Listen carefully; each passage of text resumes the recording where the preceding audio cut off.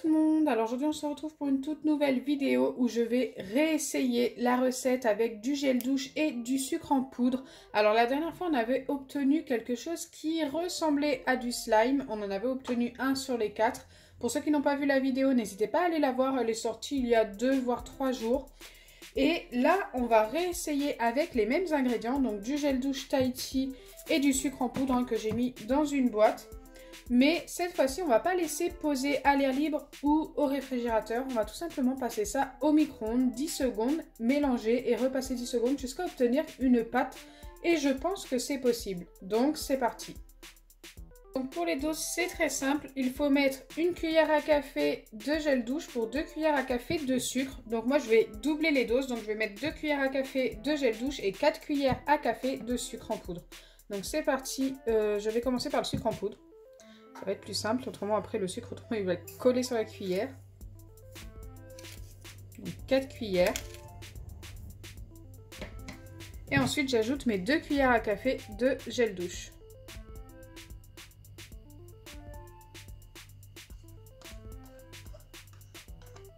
Il faut vraiment plus de sucre que de gel douche tout simplement parce que autrement je pense que ça va rester trop liquide. Après c'est qu'un test hein, mais... La dernière fois, on avait obtenu quelque chose de sympa en mettant le double de sucre. Donc autant continuer sur cette lancée. Une fois que c'est fait, vous pouvez mélanger. Donc il faut mélanger assez longtemps jusqu'à qu'il n'y ait plus de sucre en poudre comme ça. Que ce soit bien homogène. Il va rester des petits grains, ça forcément.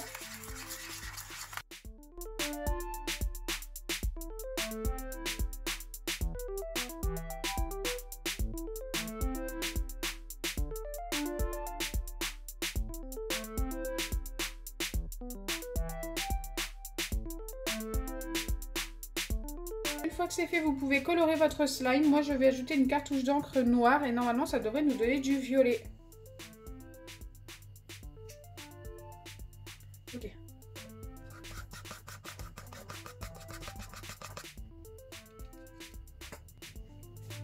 Alors, il y en a plein sur la cartouche et du coup, je m'en suis mis sur les doigts.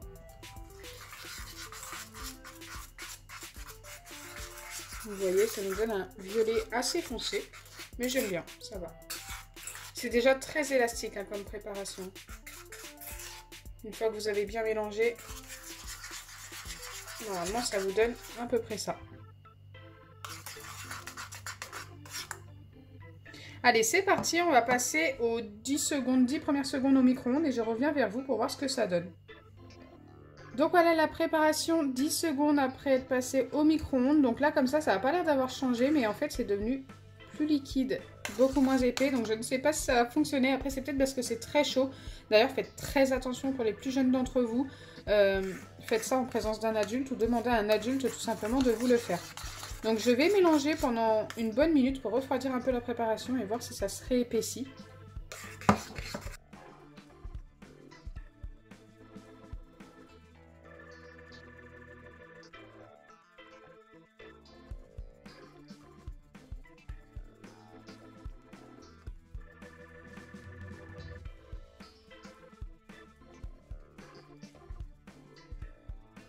Là j'ai mélangé un peu plus d'1 minute et ça s'est réépaissi. Donc on va recommencer l'étape du micro-ondes plusieurs fois je pense. Et du mélange aussi plusieurs fois. Donc c'est parti. Là je l'ai mis au micro-ondes 3 ou 4 fois 10 secondes. Et écoutez ça commence à s'épaissir. Après là c'est très très chaud, je ne vais pas toucher à la préparation. Je ne vais pas mélanger tout de suite, je vais tout simplement la laisser poser pendant 5 minutes. Et ensuite je la mélangerai.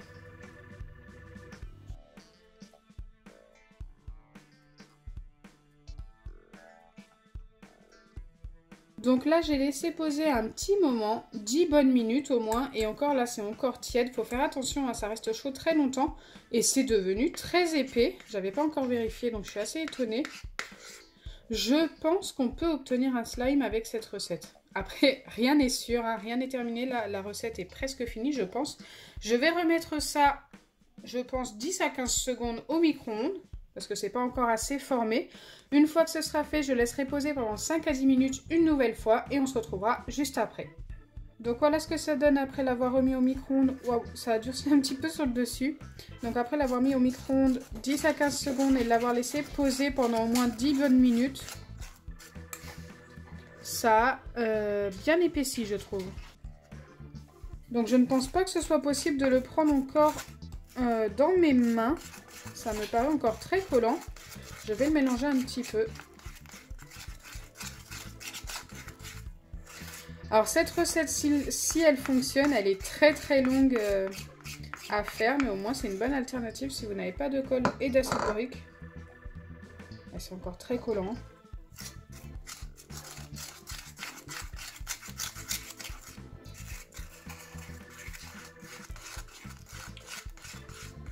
Alors est-ce que je vais devoir le remettre au micro-ondes encore un petit peu et le laisser poser? Ce qui me fait peur, c'est que ça avait durci un petit peu sur le dessus là. Et du coup, j'ai peur de trop faire sécher cette pâte et que du coup, ça ne s'étire plus ou que ça devienne tout simplement tout dur et tout. Donc, je sais pas trop. Après, là, de toute façon, on ne peut pas le prendre dans nos mains. Donc, soit je le mets au micro-ondes et ça fonctionne, ou soit je le mets au micro-ondes et c'est un fail. Donc, c'est parti. On va essayer. De toute façon, on n'a pas trop le choix. C'est trop collant. Donc là, je viens tout juste de le sortir du micro-ondes et regardez ce que ça a fait au-dessus. Ça a séché, limite. Et en dessous, non, ça va, c'est resté liquide. J'avais un peu peur. Du coup, je sais pas s'il va falloir le faire trop de fois encore. J'ai peur que ça fasse tout rater. J'espère que ce sera la dernière fois. Donc là, c'est très liquide, mais c'est normal, c'est très chaud. Je vais laisser ça poser maintenant 5 à 10 minutes, comme précédemment.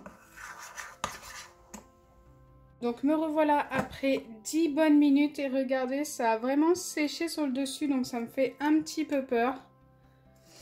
Allez, on va mélanger ça en espérant que ça ait fonctionné.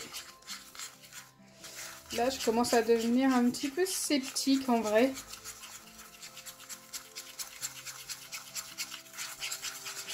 Je vais mélanger énergiquement.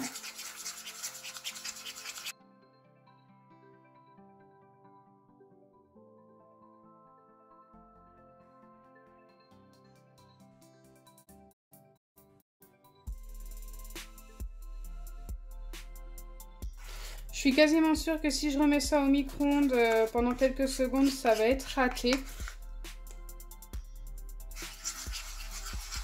Donc du coup, je sais pas trop comment continuer cette recette. C'est vraiment un test. Pour essayer de réussir cette recette, j'ai décidé d'y ajouter un petit peu de farine. J'espère vraiment que ça va fonctionner et que ça va nous donner un butter slime. Donc c'est parti. De toute façon, si on ne met pas de farine, la recette est loupée, ça c'est sûr. Donc autant essayer quelque chose.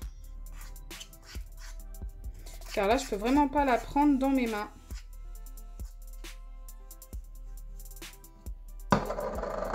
Et je pense qu'avec la farine, ça va être beaucoup mieux.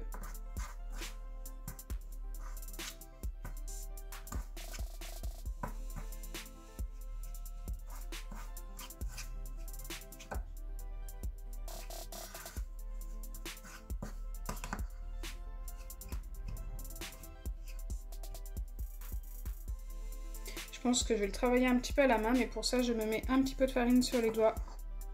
Et c'est parti. Elles sont encore très collants. Donc le fait de mettre de la farine sur les doigts, normalement, ça devrait éviter d'en avoir trop qui collent aux doigts.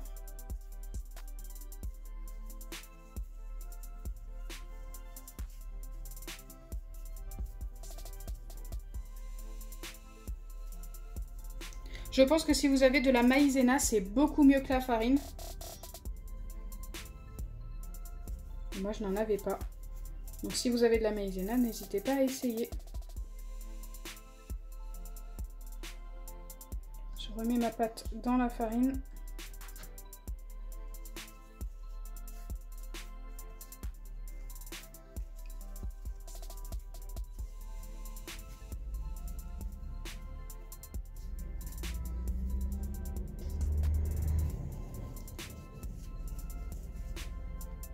Écoutez, là je pense qu'on est pas mal. Et au final, ben, écoutez, j'obtiens une pâte. Alors, est-ce que ça s'étire? Je ne sais pas. On va vérifier ça ensemble maintenant.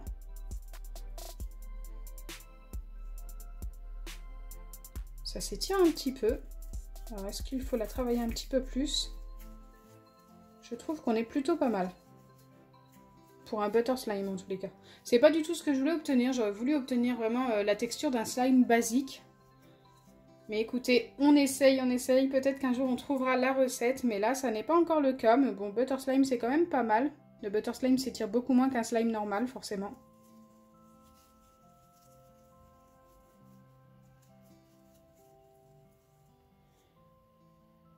Donc voilà ce qu'on obtient au final. Ouais, c'est vraiment la texture butter slime. Écoutez, ça aura fonctionné. On a sauvé les meubles, on va dire. Dites-moi en commentaire ce que vous en pensez, si vous avez déjà testé ce genre de recette. Moi, c'est vraiment la première fois que je teste cette recette et ça va. J'en suis quand même satisfaite parce que il y a 5 minutes encore, je pensais ne rien obtenir. Voilà, ça s'étire beaucoup moins. Hein. C'est vraiment butter quoi. Donc voilà, j'espère sincèrement que ma vidéo vous aura plu. Si c'est le cas, n'oubliez pas les pouces bleus, partagez et abonnez-vous. Bisous les amis!